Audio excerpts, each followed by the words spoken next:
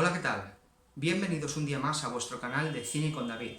Hoy repetimos sección justo idéntica al vídeo anterior, en el que tratamos dos películas conflictivas de animación de hace 20 años, Atlantis y Lilo y Stitch, dos películas, ya sabéis, un poco infravaloradas o olvidadas, de la productora distribuidora megalómana Disney.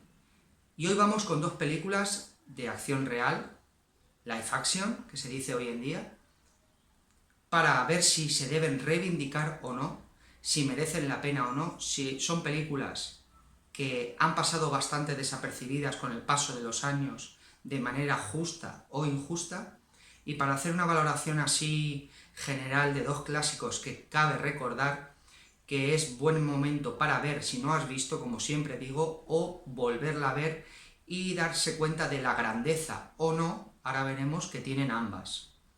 Ya sabéis, es un vídeo en el que puedo decir algún dato, alguna secuencia, algo importante, pero no voy a destripar la película, no es un vídeo con spoilers. Lo podéis ver perfectamente si no habéis visto alguna de estas dos películas. Sí que puede que hable de alguna secuencia principal, porque en gran medida tienen 10, 20 años también. Primero vamos a empezar con... a ver cuál... Empezamos por Tron Legacy. Aquí tenéis de la primera película que vamos a hablar. Tron Legacy, del año 2010, dirigida por Joseph Kosinski. Esta película, ¿por qué es una película totalmente a reivindicar? Y ya os digo desde aquí que es una película muy, muy notable. Pues en primer lugar, hablamos de una película visualmente apabullante que con el paso del tiempo ha demostrado, al contrario que otras películas, lo bien que se mantiene en el aspecto visual, lo impactante que fue para su año 2010, año de salida, y además es una película que se infravaloró por el tema guión, por el tema ser una secuela tardía de una Tron de los años 80, del año 82, si no recuerdo mal, que también era creativa e innovadora en cuanto a efectos visuales se refiere. En este caso ahora diremos un poco en qué atrevimientos tuvo que no se habían visto realmente o prácticamente nunca. Y sí que es verdad, como digo, que en cuanto a guión, puede ser que tenga cierto declive en una parte intermedia de la película, unos 20 minutos, 25, no llegaría a media hora, en el que te da un poco de bajona y se estanca un poco, como pasa con mucho cine, sobre todo blockbuster o películas que son un carrusel y que en algún momento también tienen que pararse un poco más en la historia y descansar. Pero quizás sea, como digo, el mayor talón de Aquiles de Tron Legacy, porque en ese parón que otras películas es cuando coge realmente el interés en el descanso de esas megasecuencias de acción y visual y efectos CGI espectaculares, y coges interés por los personajes y tal, y aquí posiblemente en esa parada para conocer un poco más la historia de la película es cuando se desinfla. ¿Por qué creo que se debe esto? Pues porque es un mega espectáculo innovador, impactante, que vive de la estética. Que vive de la estética como la original Tron, pero a unos niveles de secuela, como digo, tardía, 30 años después, en el que el impacto visual va por otro terreno, por otro camino. Y sí que es verdad que a nivel argumental pues pierde un poco, y a lo mejor debido a eso, o quizá como suele pasar, a que el impacto de sus efectos visuales no se estaba comprendiendo bien en el momento, la película ha ido subiendo de escaños, ha ido subiendo escalones con el paso y el largo tiempo que hace ya que se estrenó, pero si bien es cierto que se sigue sin valorar, creo, como se debe. Por eso digo que este vídeo son vídeos de películas conflictivas, y casi siempre intento que sean películas reivindicativas, películas que hay que tener en cuenta si no habéis visto, ¿vale? Además de todo esto, en el año 2025, dentro de año y medio aproximadamente, tendremos, si no sucede nada, porque los tiempos de hoy en día ya sabéis que son cambiantes, a Disney no le van las cosas realmente bien, sobre todo por su plataforma de pago, y algunos estrenos en cine que también han dejado que desear a nivel recaudatorio. Entonces, si no sucede nada, como digo, en unos tiempos tan cambiantes como estamos, en Navidad, ya se sabe la fecha y todo, aproximadamente entre el 15 y 20 de diciembre de 2025, tendremos una tercera parte, Tron Ascension. Creo que será conclusiva. Y parece ser que va a estar protagonizada por Jared Leto y Evan Peters, me parece. Y el director volverá a ser Joseph Kosinski, así que creo que es momento de verla y reivindicarla. Hemos hablado de aspectos negativos. Los grandes atributos de esta película son, en primer lugar, los efectos visuales, como ya he dicho. Si veis otras películas del 2010, veréis cierta bajona en los efectos hoy en día, lo notaréis, salvo en películas como Tron Legacy. Y se encargaron de estos efectos la gran industria Light and Magic, que son, junto con Weta, como sabéis, las dos empresas más poderosas a nivel visual, efectos CGI. Y aunque otras películas, el paso de los años, ha ido haciendo mella, como es lógico, en los efectos de esta compañía, hay unas cuantas que son baluartes, son insignias, que sirven como ejemplo para valorar la empresa a nivel de hoy. Y una de ellas es Tron Legacy.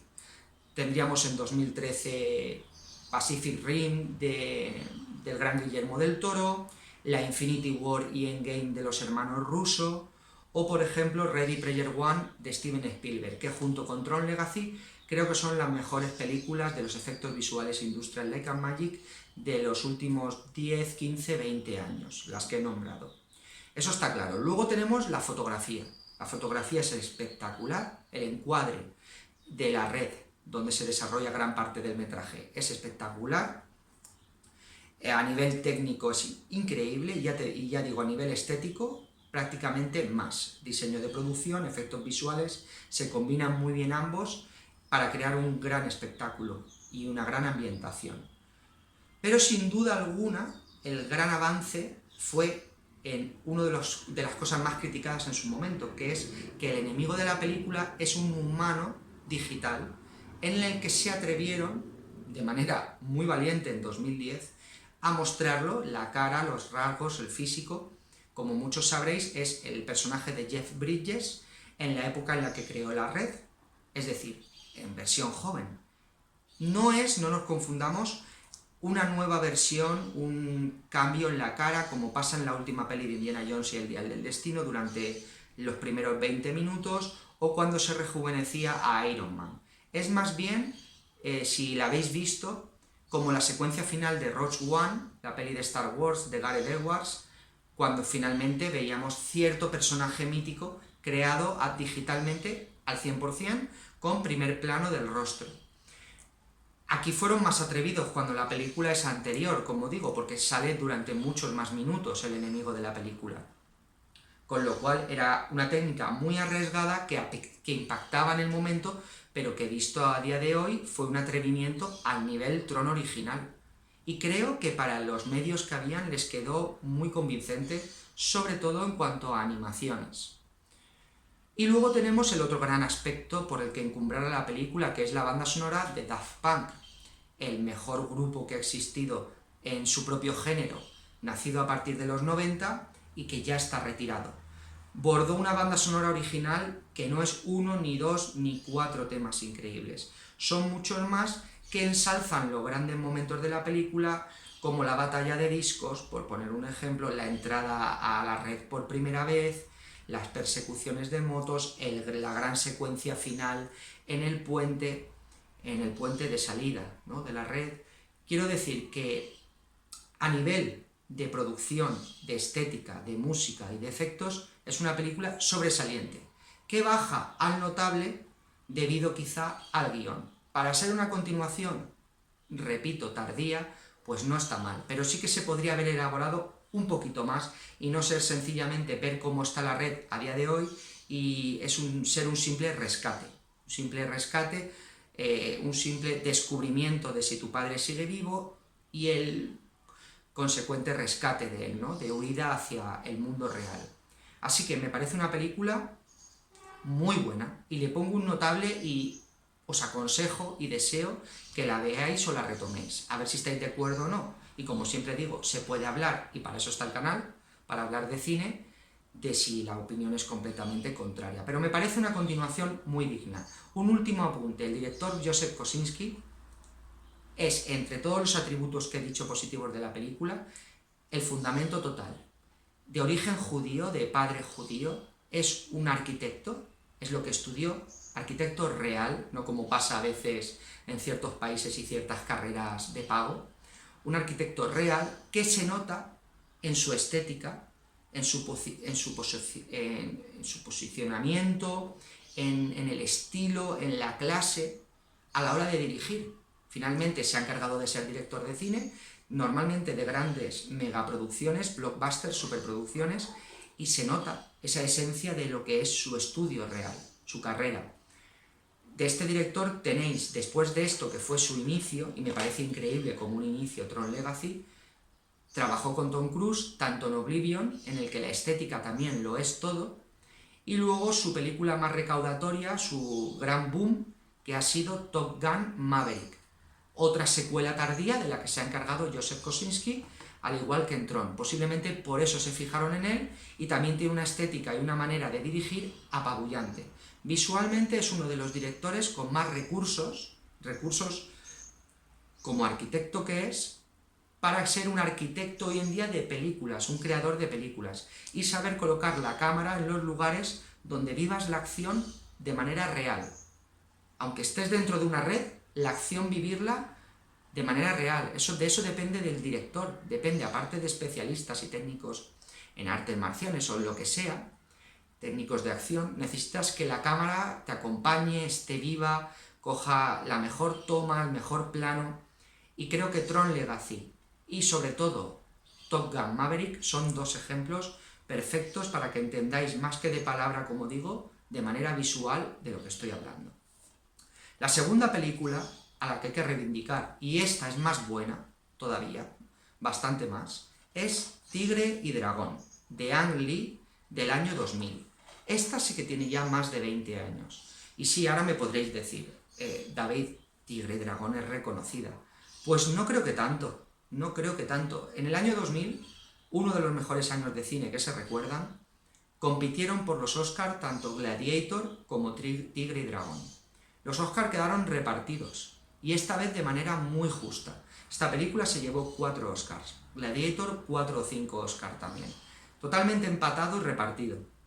Pero se recuerda a Gladiator, no a Tigre y Dragón. El motivo, pues son muchos. El género de la película, el director, que en ese caso era Ridley Scott, uno de los mejores del mundo, no hay duda. Pero Tigre y Dragón, aunque fue muy valorada en su momento, ha ido como apagándose. Y cuando ves la película, no puedes entender cómo mucha gente, sobre todo joven, hoy en día, y amante de lo que ama, no ha visto Tigre y Dragón. O sea, cuando la vean, si alguno ve este vídeo, van a alucinar, pero a alucinar. Hubo una segunda parte producida por Netflix en 2016, 2017 creo, que no tiene nada que ver. O sea, es pésima. Una producción Netflix de nivel medio-bajo, baja estofa, para que me entendáis. Pero esta peli de Ang Lee era una película de Oscars, lo tenía absolutamente todo. Y sobre todo es importantísima porque, aunque el año anterior, en 1999, Matrix ya había introducido de manera muy satisfactoria y muy exitosa las artes marciales en América, y si las introduces en América, estás introduciéndolas en Occidente, en el resto del planeta, donde no se valoran como en Asia, bien es cierto que Matrix se introdujo más lo que es el manga y el anime. El gusto por eso, y se agradece que gracias a Matrix muchas personas se introdujesen de pleno en el mundo anime, en el mundo manga, sobre todo influenciada Matrix por la enorme película Ghost in the Shell. Pero en este caso, Tigre y Dragón, su importancia es porque introdujo realmente la cultura china, dentro de la cultura china, por supuesto, las artes marciales, a Occidente. Y la trajo para quedarse, esa cultura, porque a partir del año 2000, y gracias a Tigre y Dragón, aparte de decenas de películas que imitaban a la gran Tigre y Dragón, Crouching Tiger, Hidden Dragon, como se llamaba, ya vinieron Hero, La Casa de las Dagas Voladoras, Las Flores de la Guerra, etcétera, etcétera, etcétera. Pero es que aparte de eso, instauró el hecho de que el cine en China, porque es una película ganadora del Oscar de habla no inglesa, instauró en que en otros países, sobre todo orientales, asiáticos, se hacían grandes películas. Quizá Tigre y Dragón hizo que viésemos pelis, por ejemplo, de Corea del Sur, como de Park Chan-wook, y no tendríamos pues los Old Boy o todas las películas de Bong Joon-ho hoy en día, como Parásitos, etc., si no fuese por la introducción de la cultura. Ya no estoy hablando en sí de la propia película, de las artes marciales, que también, sino de la cultura oriental, y Tigre y Dragón es fundamental en ese sentido. Por eso no puedo ponerle más que un sobresaliente. Si esta película Tron Legacy es un notable alto, y se le ha olvidado a muchas personas, ya llegará a la continuación y se acordarán de ella. Tigre y Dragón, olvidar la secuela, aquí al contrario, es un espectáculo en todo el sentido de la palabra. Si te gusta el cine, tienes que ver Tigre y Dragón, completamente. Es un 9 enorme, como toda esta habitación en la que estoy. Y puntos a favor, aspectos positivos, como digo, la introducción de la cultura. La ganadora de los Oscars del último año, con la protagonista, con Michelle Yeoh, con la misma protagonista de Tigre y Dragón, la ganadora Everything Everywhere All at Once, no existiría, si no fuese por esta película. Y así podemos hablar de decenas, incluso John Wick, que tiene tanta esencia asiática, aunque sea una producción norteamericana, de Stahelski, no existiría. Y así podría estar yo nombrándoos algunas de vuestras películas favoritas y se la debéis a Tigre y Dragón. Así que hay que tener en cuenta el gran baluarte que es esta película y solo decir que la veáis. No voy a entrar en muchos aspectos. Le pongo un 9. David, con todo lo que estás diciendo, ahora es un 10. Hay una parte, sin entrar en spoilers, en el que se empieza a contar una historia y creo que se pasa de duración. Esa parte, a mitad de película, es fundamental para el argumento, para la evolución del personaje de Zhang Ziyi, la verdadera protagonista de la película, junto a Chow Yun-fat, pero creo que se alarga un poco. Eso cuando lees un manga, porque tiene la misma sintonía, está elaborada de la misma manera. Cuando llega un manga que estás leyendo y se pone 4 o 5 capítulos o incluso un tomo entero a contarte el pasado y no avanzas en la historia, en un manga queda bien de lectura, aunque hay que ser sinceros. Muchos estamos deseando de que pase ese trozo y continuemos por donde va. Pero en una película creo que si te pasas de metraje de minutos, pues puede que haber otro pequeño valle, como decía en Tron Legacy. Y eso le hace que baje un punto, porque si no esta película sería un 10. En todo lo demás es perfecta, adelantada a su tiempo, totalmente integradora, introduce totalmente en una cultura y necesitábamos verlo con esos niveles de calidad, con esos niveles de presupuesto, de seriedad. Habíamos tenido cine de Bruce Lee, de Jackie Chan, habíamos tenido todo tipo de películas, pero no existía una Tigre y Dragón en Occidente. Las dos grandes peleas de Michelle Yeoh versus Zhang Ziyi son absolutamente insuperables 23 años después de su estreno. Y mira que se ha imitado, comparado, inspirado también, pero es que no se han superado. Esas dos secuencias no se han superado. Quizá John Wick 4 o alguna película del más alto nivel esté a la altura a nivel coreográfico. La banda sonora utilizando instrumentos en su mayoría del país de Oriente, los países orientales, se salió de las tablas. El gran uso de la percusión, que te hacía levantarte, te hacía empezar a imitar los movimientos, querer saber kung fu, artes marciales en general. La fotografía era de una belleza increíble, ganó Oscars por todos lados, como he comentado. El vestuario, la mítica escena del campo de bambú, el combate de varios personajes, no un versus uno contra uno, en el momento que se enfrentan a la bruja, a los comienzos de la película también, con los agentes callejeros, etc. Lo recordaréis los que lo hayáis visto. Y luego a nivel melancolía, y con esto terminamos. Es bien conocido que esa cultura, la melancolía, la sabe llevar de otra manera. En general, son otro mundo, a todos los niveles. y a nivel espiritual y emocional, a nivel de energía, de ki, como se diría, son especiales. Entonces, la melancolía que se consigue en ciertas secuencias de la película y que los personajes, los actores, con su gran trabajo, lo evocan realmente bien, hace que luego de estar viendo una película de lucha, artes marciales y acción increíble, te emocione, cosa que es complicadísima, porque si no, pensar bien una película en la que vas a ver las artes marciales y acabes llorando, eso es complicadísimo. Ang Lee era un especialista en aquella época y era uno de los directores más reputados de Estados Unidos por entonces.